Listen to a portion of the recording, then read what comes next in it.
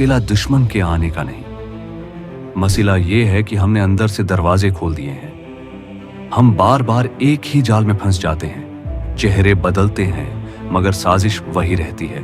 कभी इब्न लेलकमी, कभी Lawrence of Arabia और अब कैथरीन। ये कहानी सिर्फ एक औरत की नहीं, ये एतिमाद के जख्मों की दास्तान है।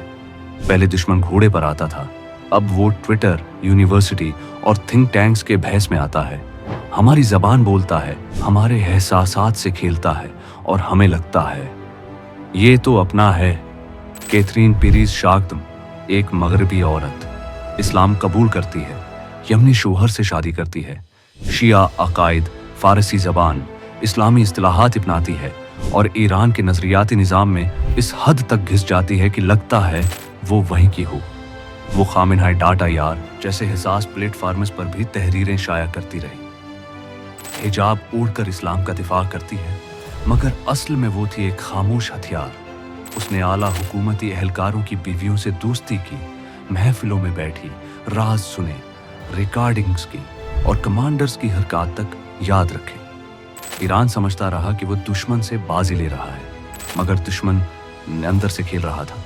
फिर अचानक साइंसदान मरने लगे, तनसीबात तबाह हुई, कमांडर्स मारे गए और शक अंदर की तरफ गया।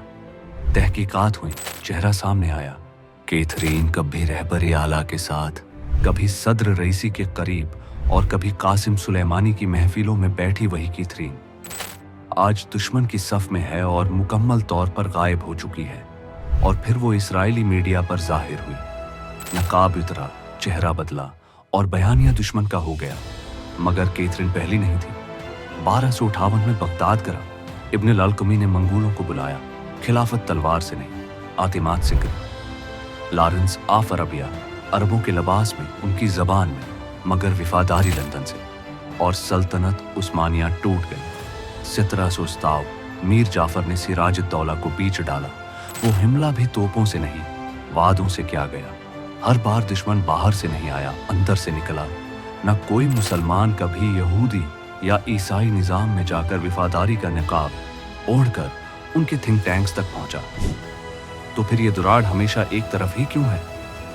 हम तो सिर्फ एक हिजाब, एक नारा या एक तकरीर पर दिल, दरवाजे और राज सब सौंप देते हैं। अब दुश्मन अजनबी जबान में नहीं बोलता, वो हमारी जबान में, हमारे जज्बात से खेलता है और हमें हमसे जुदा करता है। तो सवाल ये नहीं कि कैथरीन कौन थी, सवाल ये है अगली कैथरीन कहाँ है और किस मुल्क में बैठी है।